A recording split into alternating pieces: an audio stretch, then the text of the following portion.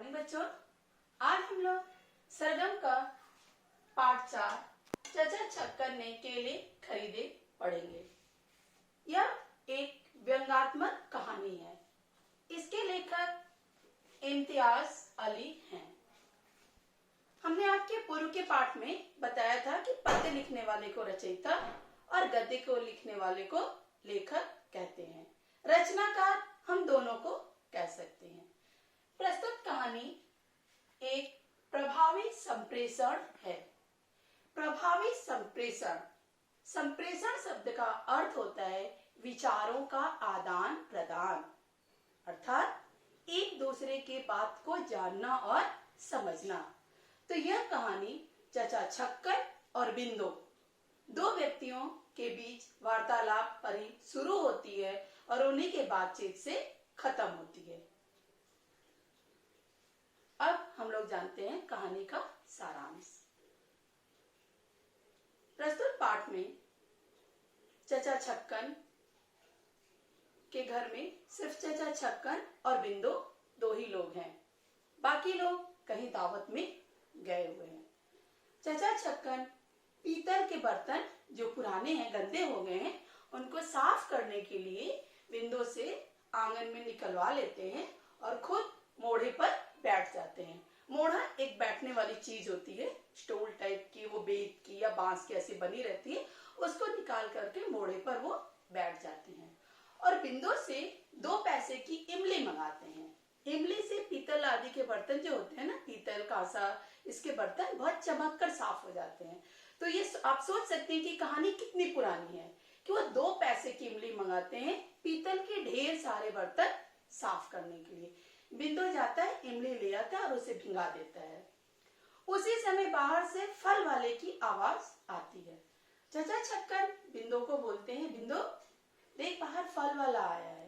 बिंदु जाता है, आके बताता है, हाँ बाहर फल वाला आया है, केले लिया हुआ है। चचा छक्कन बोलते हैं, पूछ कैसे है केले।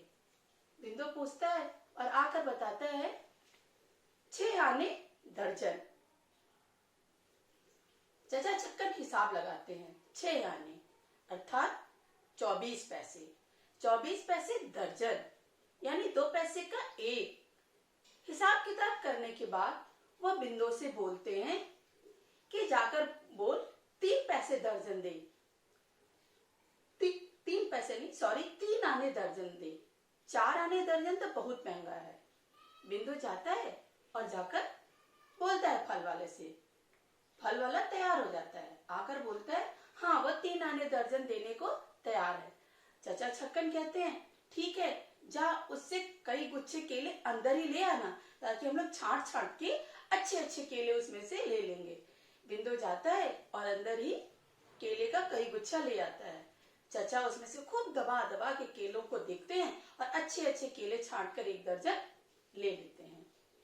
उसके बाद बिंदु अपना बर्तन मांजने में लग जाता है। वह राख से बर्तनों को साफ करता रहता है। चचा छक्कन केले तो खरीद लिए हैं, अब उनका दिमाग केले से हट ही नहीं रहा है।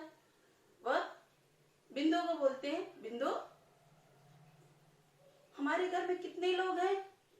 मैं, छुट्टन, छुट्टन की अम्मा, लल्लू, दद्दू और तुम, 6 लोग। केले कितने हैं, 1 दर्जन 12, मतलब एक आदमी को 2 केले। ऐसा कर तू जा और मेरे हिस्से के केले ले आ, मैं अपने हिस्से के केले खा लेता हूँ। बिंदु चचा के आज्ञा का पालन करता है। वो जाता है, 2 केले लाकर चचा को दे देता है। चचा छीलकर केले का आनंद लेने लगते हैं और बिंदु बर्तनों को राख से साफ करने लगता है। फिर चचा बिंदु को बताते हैं कि पीतल के बर्तनों को साफ करने के लिए इमली से अच्छी कोई चीज नहीं होती है, लेकिन इमली से साफ करने के पूर्व बर्तनों को पहले मांज लेना चाहिए।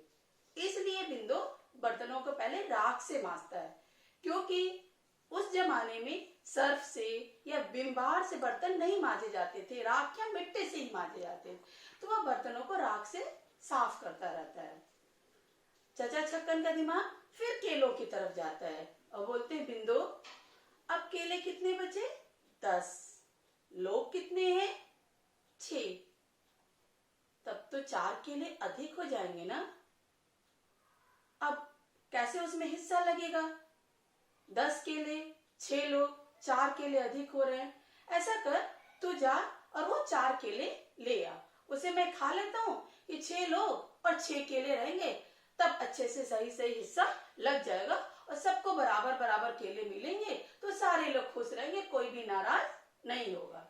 बिंदु फिर काम को छोड़ता है, बेचारा जाता है, 4 केले ले आता है और चचा को थमा देता है। चचा मूढ़े में बैठे बैठे चारों केले छीलते हैं और खा लेते हैं। बिंदु बर्तनों को मांजता रहता है। फिर चाचा बिंदु को बताते हैं, बिंदु, इमली से बर्तन मांजने पर बर्तन की रौनक देखते ही बनती है, लेकिन हमारे देश के लोग इमली की कदर ही नहीं जानते। अब अगर यही इमली विदेशों से डिब्बों में पैक होकर आती, तब बड़ा बनने के लिए हर लोगों के घर में इमली दिखता, लेकिन ये हमारे देश की चीज है, सस्ती चीज है, इसलिए कोई इनकी कद्र नहीं करता। तब तक फिर उनका दिमाग केले की तरफ जाता है और बिंदु से बोलते हैं, बिंदु, 6 लोगों के 6 केले हैं, मतलब 1 लोगों को 1 केला मिलेगा। अब तू जा मेरे हिस्से का केला ले आ, मैं अपने हिस्से के केले खा लूं, क्योंकि सबके 1-1 हैं। अब वो अपने अपने ले लो, चाहे उसे आज खाओ, चाहे कल खाओ, चाहे जब मन करे तब खाओ। बिंदु फिर काम छोड़कर जाता है, केले ले आता है और चचा को दे देता है। चचा अपने केले खाते रहते हैं और बिंदु बर्तनों को मांजता रहता है। चचा का दिमाग फिर केले की तरफ जाता है और बोलते हैं, बिंदु, अरे वो सब तो दावत उड़ा रहे होंगे, मजे कर रहे होंगे, केलों को कौन पूछता है? तूने भी मुझे ध्यान नहीं दिलाया कि वो सब दावत में गए हुए हैं। अब दावत के आगे इन केलों को कौन पूछता है? मैंने भी नहीं ध्यान दिया और 1 दर्जन केले ले लिया, आखिर सारे खराब ही हो जाएंगे। ऐसा कर, तू जा बचे हुए भी केले ले आ, मैं खा लेता हूँ, क्योंकि फालतू में खराब हो जाएंगे, पैसे भी बर्बाद होंगे। बेचारा बिंदु फिर जाता है और बचे हुए केले लाकर चचा को दे देता है और चचा बड़े आनंद से केलों को छीलते हैं, खाते हैं, छीलते हैं, खाते हैं और इस तरह से चचा पूरे 1 दर्जन केले चट कर जाते हैं और किसी के लिए भी कुछ भी नहीं बचता है। अब हमने प्रारंभ में ही आपको बताया कि यह कहानी एक प्रभावी संप्रेषण है। आपने देखा इस कहानी में 2 पात्र हैं, चचा छक्कन और बिंदु। और चचा छक्कन और बिंदु के बीच जो भी वार्तालाप हो रहा है, दोनों एक दूसरे की बात को भली भांति समझ पा रहे हैं। अर्थात यह कहानी अपने संप्रेषण को करने में पूरी तरह सफल है। यहाँ पर यह कहानी समाप्त होती है। धन्यवाद। आगे की बातें अगले चैप्टर में। आपका दिन मंगलमय हो।